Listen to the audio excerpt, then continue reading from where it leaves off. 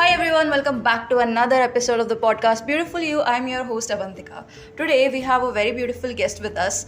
Hi Madhura. Hello, Avantika. So we will be talking about asexuality again. And LGBTQ outside of Mumbai in India. Yeah. So I thank you so much for being here. Thank you so much for having me. I'm really grateful that you came across all the way from Thana to Airoli. No, I came across from Matunga. Thana was my friend's place. Oh right. She came from Matunga to Airoli to just record this episode. So thank you for being here. Okay. So yeah, tell me about a little about yourself.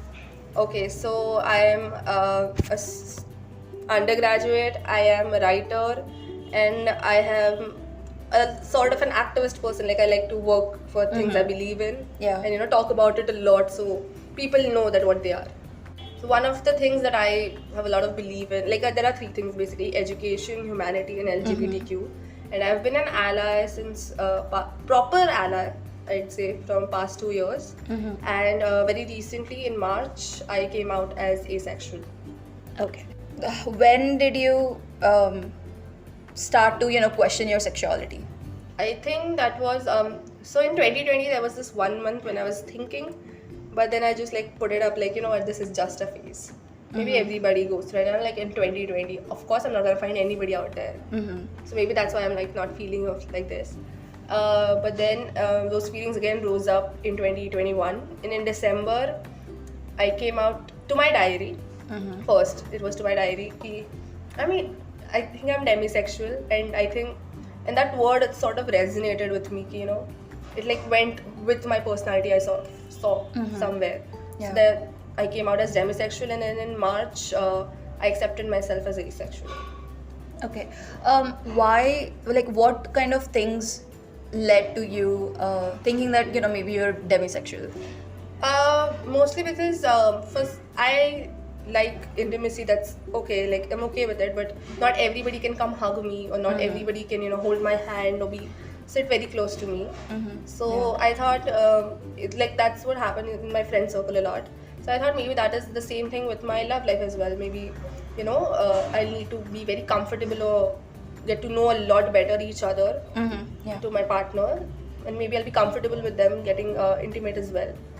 But then later on, I went out on dates, and like I again started questioning things for myself, and like the way I like them, the way like there's like an alarm going on in my head. Then I came out as asexual. Okay. There are often certain like stereotypes regarding asexuality, or people have misunderstood the concept of asexuality. Yes, a lot of people, do not know that asexual people can have sex.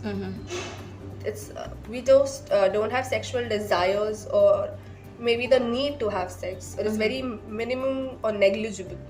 It's not it's like we can live without it, or we just like don't understand what's the hype about it. Okay. It's like that.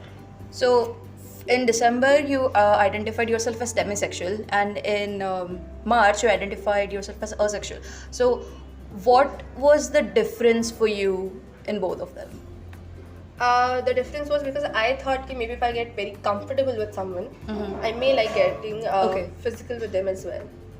But later on I understood no, that's not the case. Even if I've known the person for 10 years or 20 years, it won't matter, because it's sex basically is not something that I want out of my relationships. It's like not something I look forward to in my relationship.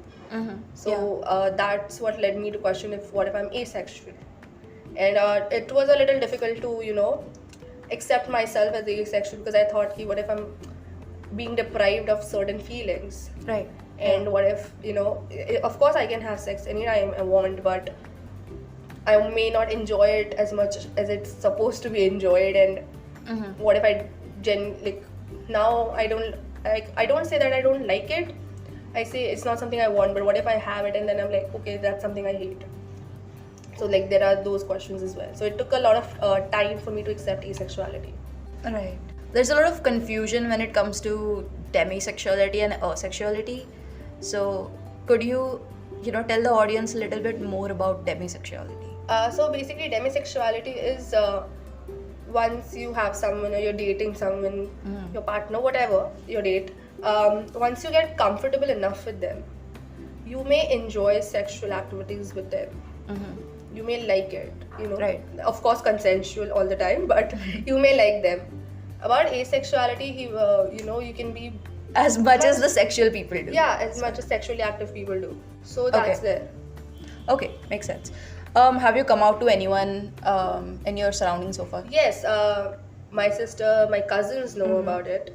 My parents not so much because Indian parents, I'm gonna take my time, but of course, eventually I will come out to them.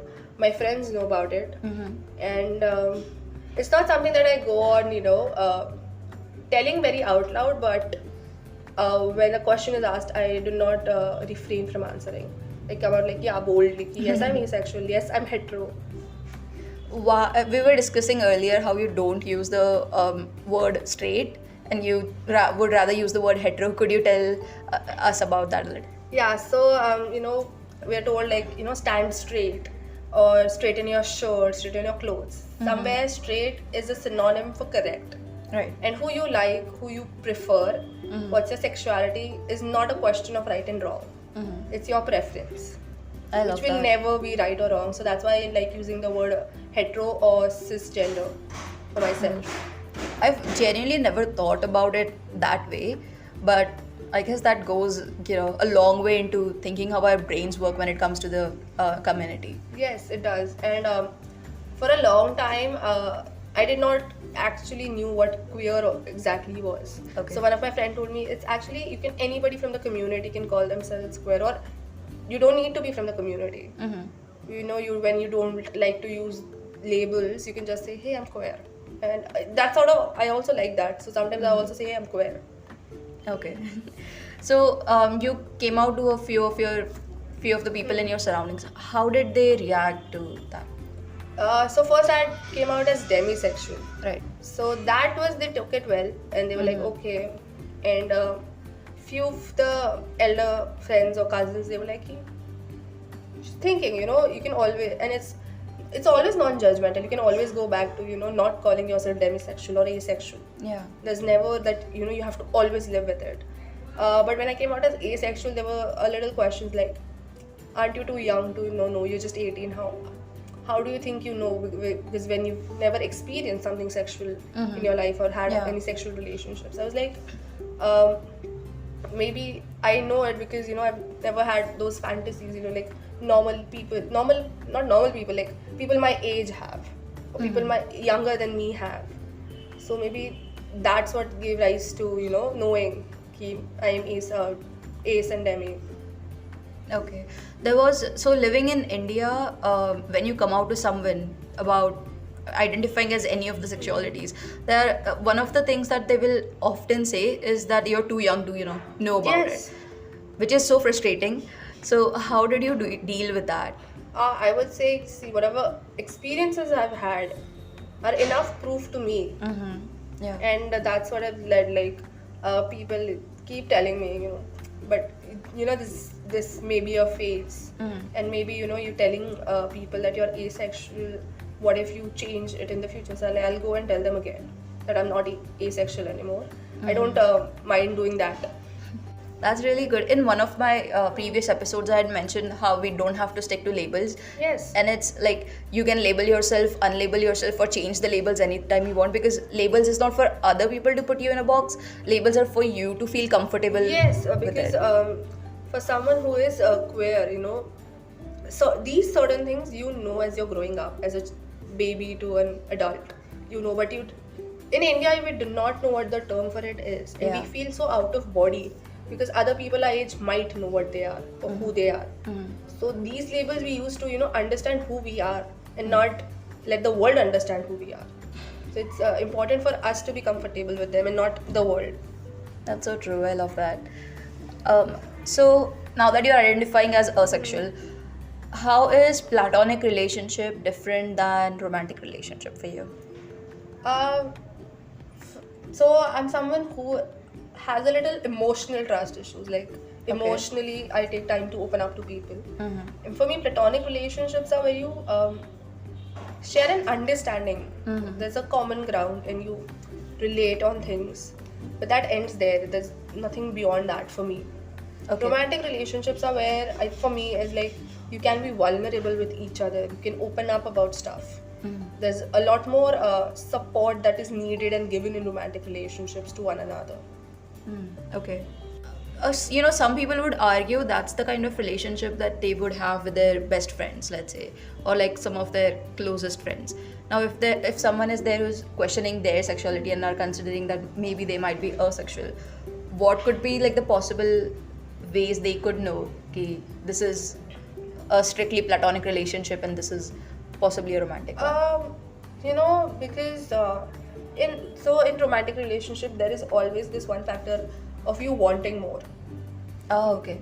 In a romantic relationship you always want something more from your partner, and you want to do something more as well. Like there are more efforts put and you know about them. Yeah. So that's the one major factor you can differ them from platonic and romantic. And for me, friends like relationship with my friends can also be romantic. You love them as much. So for me, the line is kind of blurry. But yeah, you understand what's platonic and what's not platonic.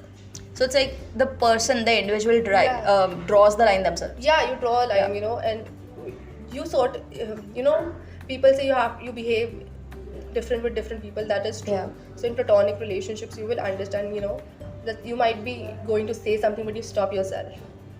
You may be opening about something, but you stop yourself. You think twice.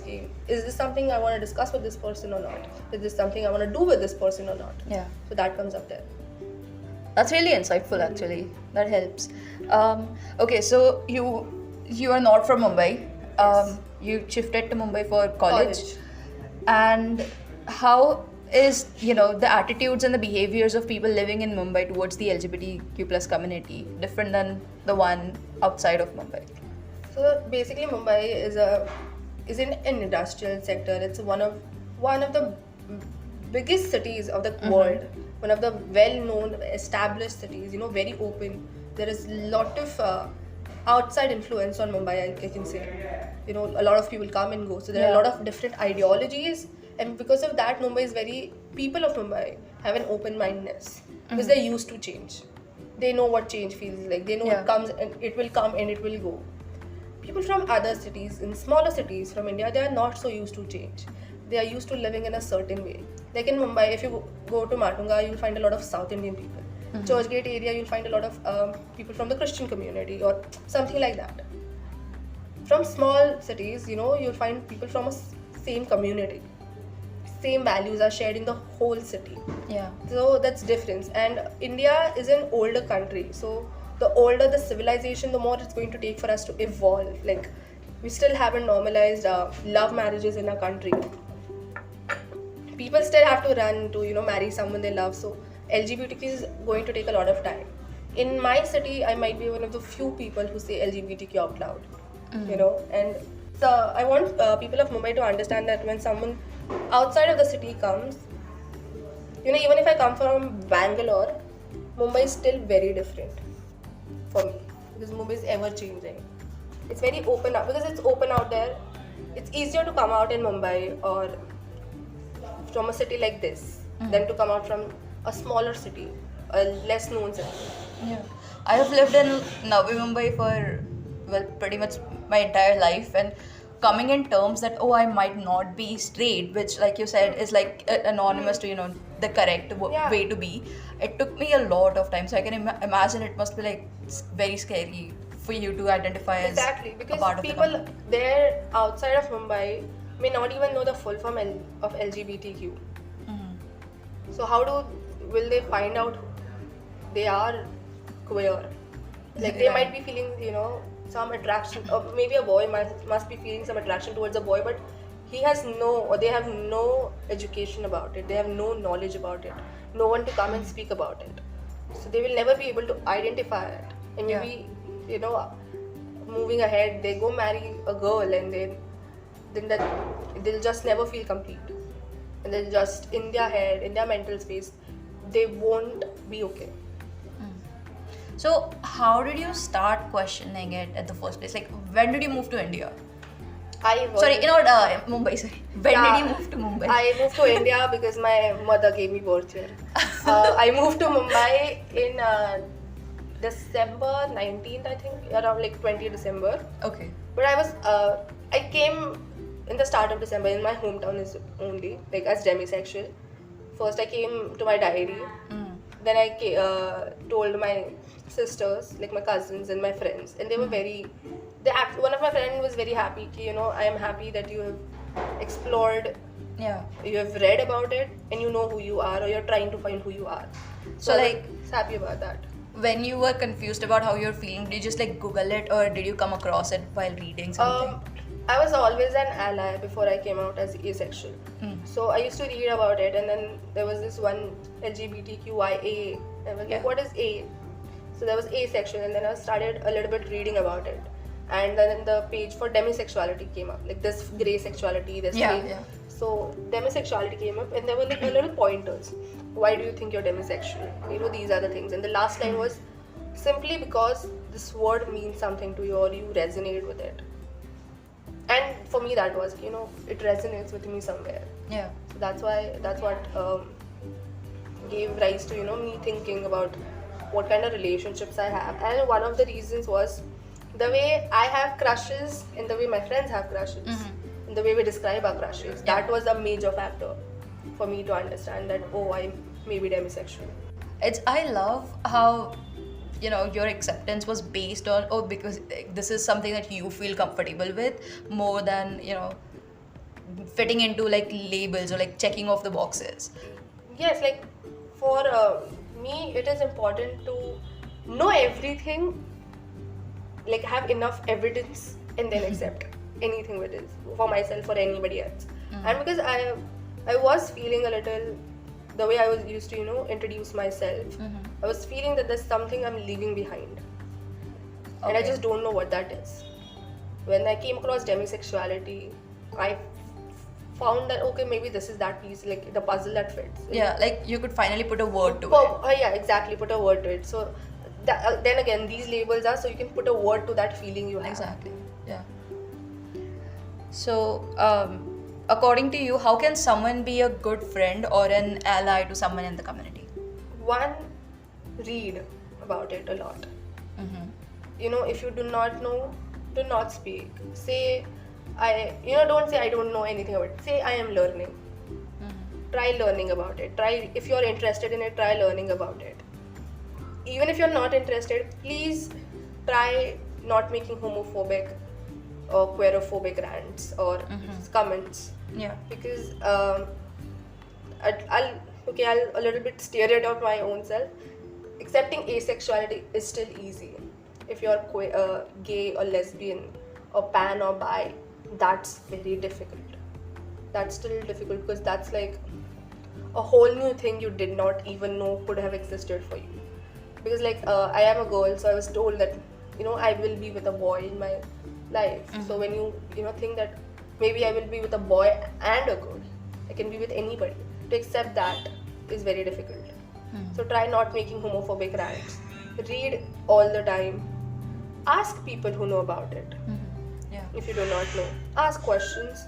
And if your friends who are queer are comfortable speaking about their experiences, ask them, because when you understand or listen to somebody else's experience, there's some sympathy or empathy that rises up in you that makes you connect more to the topic.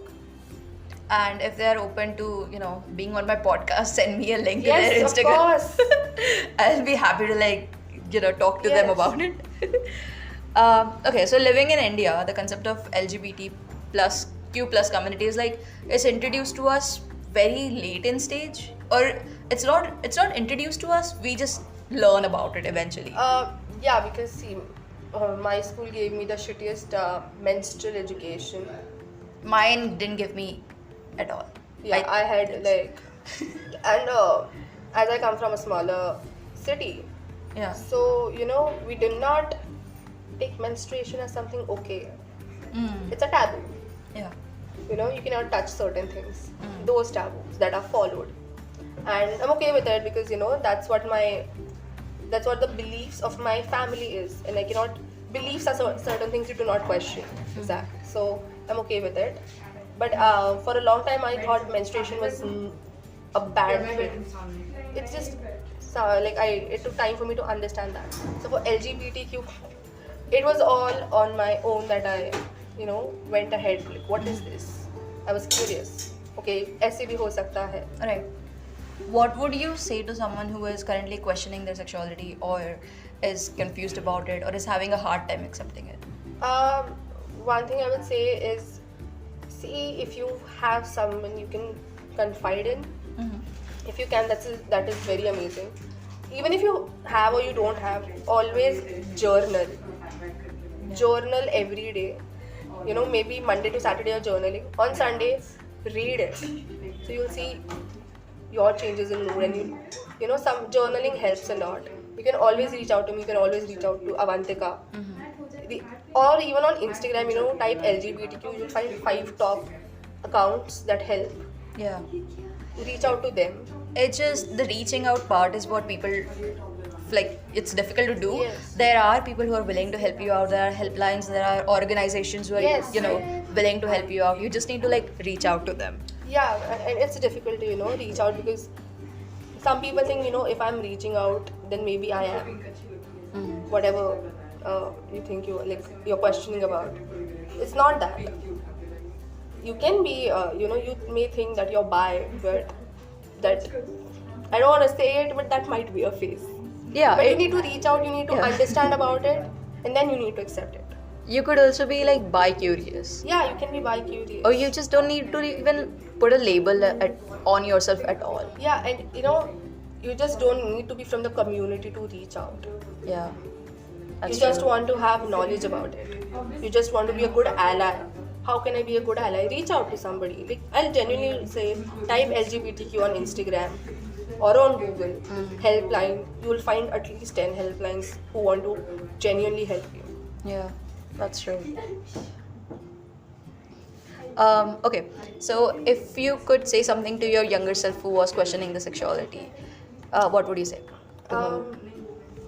I would say to her, journal, because I started doing that a lot later. So if I would have started doing it a lot earlier, would have helped me understand myself better, and not be in that mind state which I did not like about myself. Like, who am I? And someone like me will never make it, and those negative thoughts. So that, and I would tell her, be patient, be calm. You will understand it one day. And if you don't understand it, then that's not something you are meant to understand. I like that. That's really insightful. Thank you. Okay, so we have some questions from Instagram. Yes, we do. One of the questions is, what type of behavior they experience, the queer community experience in educational institutions. So, if their institutions are from Mumbai, some of the institutions do have a queer help center sort of thing, where you can talk, or a mental health center where you can talk about it. My college does, and then there are people who are openly out. So if you're questioning, they help you. And in Mumbai, it's very open. People do not care. I wouldn't personally say it like that, because I don't know specifically just about Mumbai, because there are certain people who often have internalized homophobia, which they don't realize. So it's like they find it hard, because for some reason they're just projecting that hate onto others, and even though they aren't a part of the community, and even if they are a part of the community, they just have this internalized hate towards the community. So it's not always like that. For example, I live in Navi Mumbai, so my school, till 12th grade, the people over there, I wouldn't trust them with this information, because they would just think low of me, or they would. Yes, exactly. And people would treat you differently is a bigger fear why you do not come out. Yeah.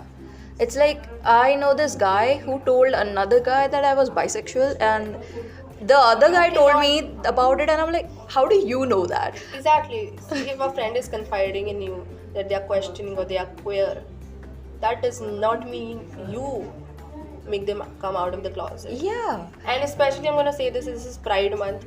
Pride Month is supposed to be us, putting more light and more love for the queer community.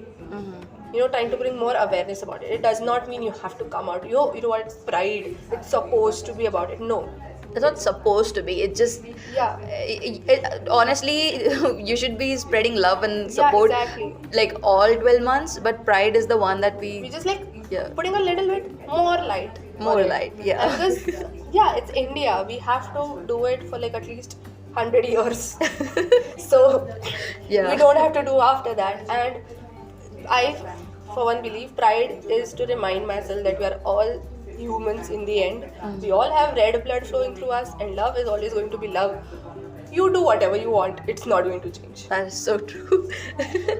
The guy didn't even. I don't think I even told him personally. I just came out on my Instagram in like November 2019. Sorry, February 2019, and he might have seen my post, and then he just keeps on spreading it to people, and I'm like, I know I came out publicly, but it doesn't give you the right to like Exactly, that spread. is my Instagram. Yeah. I am doing it for myself. I do not need a social media manager to Promote my promote sexual- me. If you want to promote me, promote my work, promote my capabilities. You know. I'll earn some money. Yeah, I need money. Everybody does. Okay, so we have another question. Another question was, what are drag queens identified as? So, the basic definition of drag is males or who were born as males, dressing up as femme, and performing, singing, dancing, basically doing performing arts. Today, as you know, labels do not matter. You can be anyone you want. Anyone can be a drag queen. A transgender can be a drag queen. A bisexual can be a drag queen. It's more of a profession.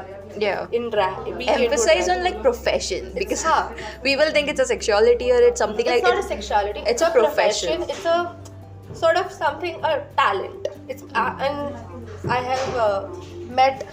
I'm gonna brag about this. Sushant Divikar, Rani Kohinoor in person, spoken with them. Nobody can pull it off. It's not easy. How did you meet him? There was this one event and they were hosting. And later on, I went and spoke to them. And you know what? That's so cool. They were on the stage. I was in the balcony section of the auditorium. Yeah. They've taken the very correct name, Rani Kohinoor, because they sparkle. They genuinely sparkle so much.